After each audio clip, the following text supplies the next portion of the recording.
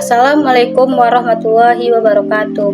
Perkenalkan, nama saya Sri Kurnia dengan NPM 25020600031. Saya dari Prodi BK Sesi A. Baiklah, saya akan membahas tentang teori kekacauan karir. Artikel ini bertujuan untuk memaparkan dan mengilustrasikan elemen-elemen kunci dari teori kekacauan karir, khususnya relevansinya dalam pengembangan karir kontemporer dan penerapannya dalam praktik konseling. Konsep-konsep utama: 1.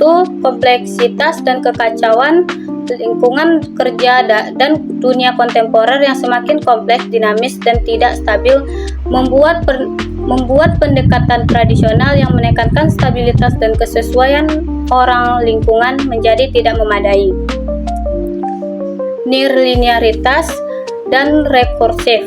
Perubahan kecil dalam kondisi awal dapat menghasilkan dampak besar yang tidak proporsional. 3. Peristiwa tak terduga. Perkembangan karir dipengaruhi oleh peristiwa-peristiwa yang tidak terencana atau kebetulan, bukan hanya oleh faktor yang diprediksi seperti minat atau kepribadian. Peristiwa ini signifikan dan harus dipertimbangkan.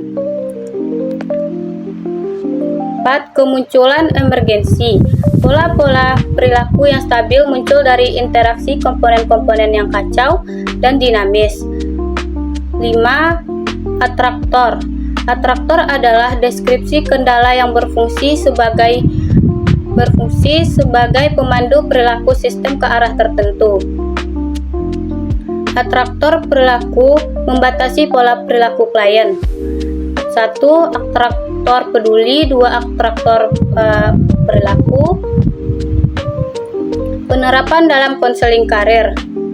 Teori kekacauan memberikan kerangka kerja yang lebih sesuai untuk mengatasi kompleksitas perubahan dan peluang karir di abad ke-21. 1. Pergeseran fokus konselor. Konselor tidak berfokus pada mencari kecocokan antara individu dan lingkungan yang stabil. Sebaliknya, konselor berfokus pada memahami proses dan pola, mengidentifikasi bagaimana pola dan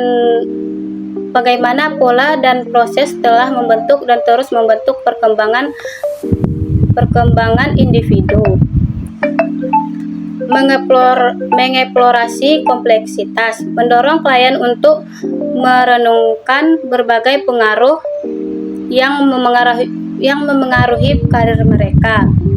Memanfaatkan peristiwa kebetulan, membantu klien untuk mengidentifikasi, menerima, dan memaknai peristiwa tak terduga sebagai peluang untuk pengembangannya.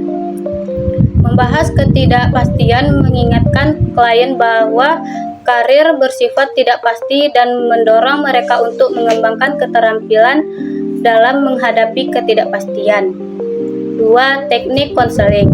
Teknik naratif konstruktif. Konselor menggunakan peran cerita dan konstruksi dalam memahami individu.